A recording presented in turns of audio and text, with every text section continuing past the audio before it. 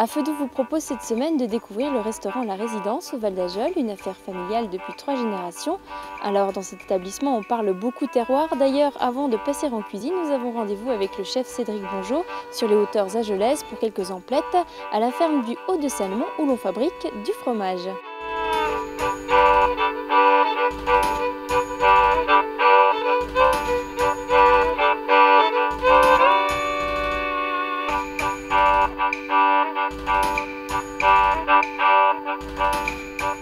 Donc ici en fait c'est une affaire familiale. Voilà. Donc mon mari est déjà, on est revenu, nous on était en Bourgogne et mon mari s'est installé, donc il a repris l'exploitation de ses parents et moi je suis venue le rejoindre le 1er octobre 2005, je me suis installée aussi, mais avec la mise en place de l'atelier de transformation fromagère.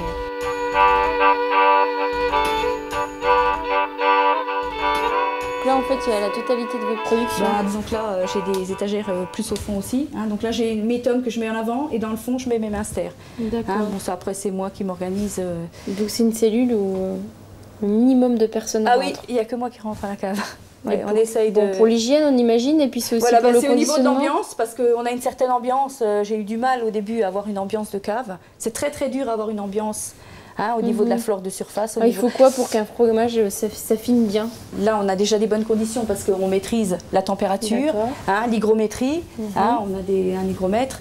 Je veux dire, sinon il faut qu'il y ait que le fromage, après, tout se joue dans la fabrication. Une fois qu'il rentre en cave, après, tous les 2 jours, ils sont frottés, lavés. Et puis, on met de l'eau salée avec du ferment du rouge. Donc, c'est la flore de surface qui se développe sur les tomes. Moi, j'utilise le même ferment puisque je mets tout dans la même cave. Sinon, il faudrait que j'ai 2 caves pour faire une croûte différente. Par exemple, si je faisais de la tome type de Savoie, il me faudrait une croûte noire. Donc, c'est pas le même ferment. Donc là, il y a un taux d'humidité à combien? Là, il est pratiquement saturé, 94-98%. Il faut que ce soit pratiquement saturé. Et la température? La température, elle a entre 12 et 14 degrés. D'accord. On aperçoit, c'est les fromages où il y a des garnitures. Donc là, ce que vous voyez, là, les fromages qui sont bien colorés, là, c'est les tomes à l'andouille. Les tomes à l'andouille, c'est ça la spécialité. Voilà, c'est la spécialité. Ça, c'est une création récente? C'est une création qui aura 1 an pour la foire aux andouilles. Et là, c'est vrai que elle aura 1 an. Donc en tout, vous avez combien de sortes en gros de fromage? Donc je fais en minster, j'essaye, j'ai des petites variantes aussi. Je fais des minsters à l'échalote, au cumin, donc nature. J'en fais à l'andouille du Val d'Ajol aussi, parce que j'avais dit que j'en ferais plus, et puis on m'en demande quand même. C'est plus des gens qui veulent des produits originaux, des choses un petit peu pour... qui changent. Et puis qui soient locales. Qui est un petit peu typique, voilà c'est ça. Un petit peu typique, Et sinon, les tomes, c'est pareil, donc je fais nature, cumin, échalote et à l'andouille.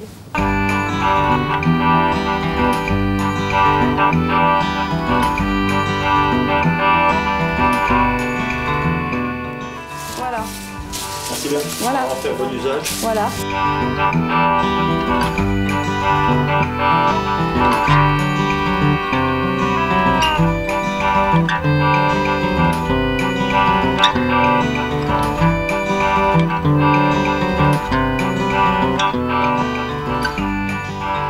Du lard, du cendre, des pommes de terre, de la tome fermière au lait cru, je sens qu'on va faire quelque chose de sympa avec tout ça.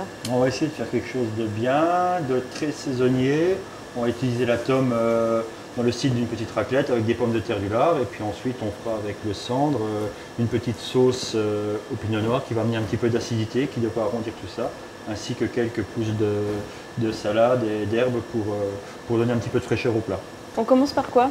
Alors on va commencer par les éléments de base, c'est-à-dire qu'on va éplucher nos pommes de terre et on va mettre nos sauces en route. Le temps que nos sauces réduisent et deviennent à consistance, on aura le temps de préparer le cendre et de préparer le reste. C'est parti. Donc voilà, on va commencer par éplucher nos pommes de terre. Oh je peux faire si vous voulez. Si vous voulez participer, pendant que vous faites voilà, autre chose. donc, on va les mettre ensuite dans un récipient d'eau froide. Bon, je vous garantis pas la rapidité, mais bon. C'est pas le problème, l'efficacité est là. Voilà, donc pour les pommes de terre. Moi, pendant ce temps, je vais m'occuper... C'est pas facile d'éplucher les petites pommes de terre comme ça. On ne fait pas que des choses faciles en cuisine. Non, je vais m'occuper de décogner le lard. Ça, c'est du lard qui vient... du Val d'Ajol, du lard du Val d'Ajol, qui vient du palais de l'Andouille. D'accord. Parce que les charcuteries ici, ça vous connaît. Les charcuteries, c'est un peu la spécialité du Val d'Ajol. Comme vous faites beaucoup de cuisine à base de terroir. On essaye, ouais, On essaye de faire beaucoup de choses à base d'andouille. Bien sûr, c'est la spécialité du Val d'Ajol. Le lard, qui est quand même la spécialité. Tous les fumés. Je les mets dedans, les pommes de terre? Oui, vous pouvez les mettre dedans. Tous les fumés sont un peu spécialité de la région. Donc le lard, on va s'en servir pour faire le gâteau de pommes de terre. Et on fait la crème de bacon. Donc pour notre crème de bacon, on va prendre environ 100 g de lard qu'on va couper en gros cubes. D'accord. Et le reste, je vais le mettre dans un congélateur pour qu'il soit très très froid. Pendant ce temps, moi j'épluche tant bien que mal des petites pommes de terre. Donc pour démarrer la crème de bacon, il va nous falloir le lard. Donc là, vous démarrez la crème de bacon. Voilà. Pendant que moi, qui va accompagner le gâteau de pommes de terre. Donc on va mettre nos lardons. On va y mettre le gâteau de pommes de terre quand elles seront épluchées. un peu de mignonnette de poivre dedans pour corser un petit peu la sauce. Non, ça vient bon là. Et pour démarrer une légère coloration, on va y mettre un tout petit peu de matière grasse. De toute façon, le surplus de matière grasse que va dégager le lard va être enlevé avant de pouvoir faire la sauce. Donc là, il est bien important d'avoir une bonne coloration, mais pas quelque chose de trop violent non plus. Il faut que ça colore gentiment. Je vais me mettre à préparer les échalotes pour pouvoir confectionner la sauce au pinot noir. Donc là, on va prendre des échalotes, environ, je crois que c'est 100 grammes. Donc ici, c'est une affaire de famille alors? Voilà, 3e génération. C'était votre grand-père, votre père, et maintenant c'est vous. Voilà. Alors c'est mes grands-parents et c'est du côté de ma mère. Alors ils ont commencé comment, vos grands-parents, ici? Mes grands-parents ont commencé avec l'hôtel-restaurant des Vosges, qui est maintenant un bar PMU. Avant, c'était un hôtel-restaurant, donc ils ont commencé là-bas. Et n'ayant pas assez de chambres, ils ont cherché quelque chose de plus grand et ils sont venus ici. Donc vous, en fait, cette cuisine, vous la connaissez depuis tout petit? Alors cette cuisine a été modifiée depuis que j'étais tout petit, mais oui, cette cuisine, ça fait actuellement 36 ans que j'y suis, quoi. Et c'est naturellement que vous êtes allé vers cette profession de chef Tout à fait, cuisinier? en voyant les parents et les grands-parents dans le métier, et bien sûr qu'on a eu envie de continuer avec mes sœurs. Vos sœurs travaillent à l'accueil et au service. Donc là, on a nos échalotes. On va y mettre le pinot noir. Hop. Voilà, donc ça recouvre bien. Et on va faire réduire presque à sec. D'accord. Donc ça, c'est une sauce vin rouge classique. Je veux dire, si on veut faire une sauce vin rouge pour une viande, on va faire réduire nos échalotes avec du vin rouge, en l'occurrence là du pinot noir, presque à sec. Et ensuite, on va mettre de la glace du fond de veau, la glace de veau, qui va être fait avec des os, des pieds de veau et de la queue de bœuf. Et on pourra servir cette sauce, après l'avoir montée au beurre et ainsi de suite, on pourra la servir avec une Donc viande. ça, c'est une base qu'on peut totalement refaire Tout à fait. pour une viande. Une sauce vin rouge, c'est une réduction d'échalotes avec du vin rouge. Et ensuite, on y met du fond de veau. Donc maintenant, on va s'occuper de nos pommes de terre. Puisque nos pommes de terre, on va déjà les pré-cuire. On va les couper pas trop grosses, pas trop fines. On la mêle un peu régulière.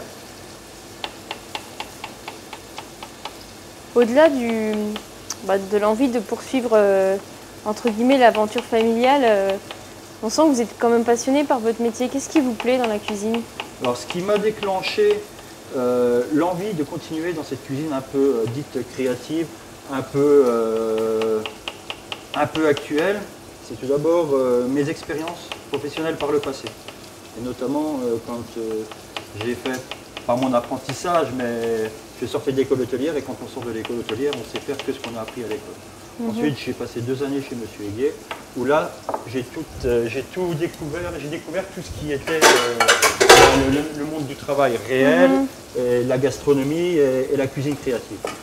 Et c'est après ce passage chez M. Héguier qui m'a donné envie de continuer. Et en fait, c'est dans ce type de cuisine que vous vous exprimez. Voilà. Une cuisine créative et proche du terroir. Voilà. Si c'est pour faire toujours la même chose tout le temps, c'est pas intéressant. Ce qui est intéressant, c'est de découvrir les nouveaux produits, et de suivre les saisons et de faire des nouveaux plats. Donc les pommes de terre, on va les cuire, on pourrait très bien les cuire à l'eau. On pourrait très bien les cuire en robe des champs, c'est-à-dire les cuire avec la peau et les éplucher après. Là, on va modifier un petit peu, on va les cuire moitié dans le lait et moitié dans l'eau. D'accord. Donc on va y mettre une petite branchette de thym pour amener un petit parfum.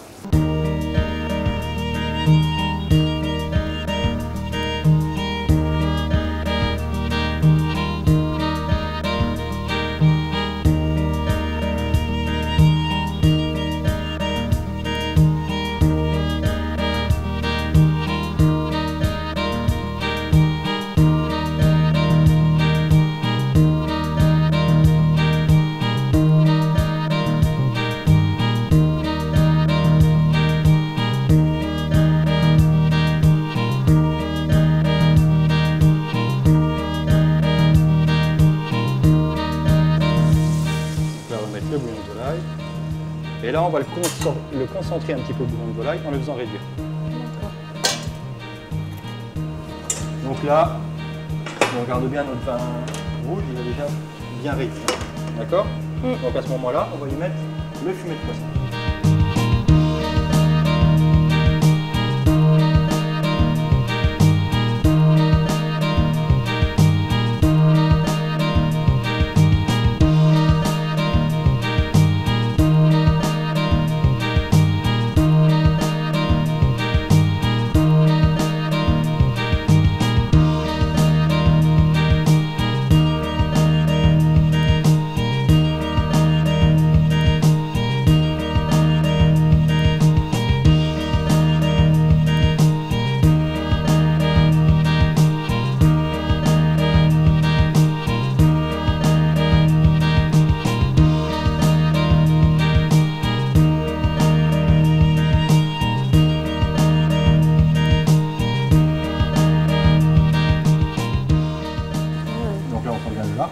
On sent aussi le poivre qui a torréfié. Le poivre aussi. C'est vraiment un bouquet de saveurs.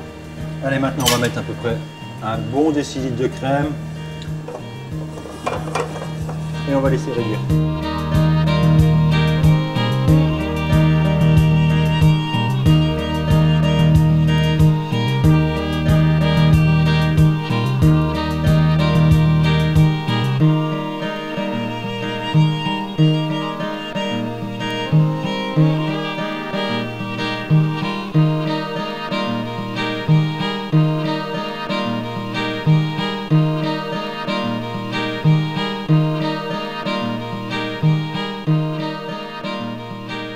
Je rappelle que ça, on peut le faire avec autre chose. Hein.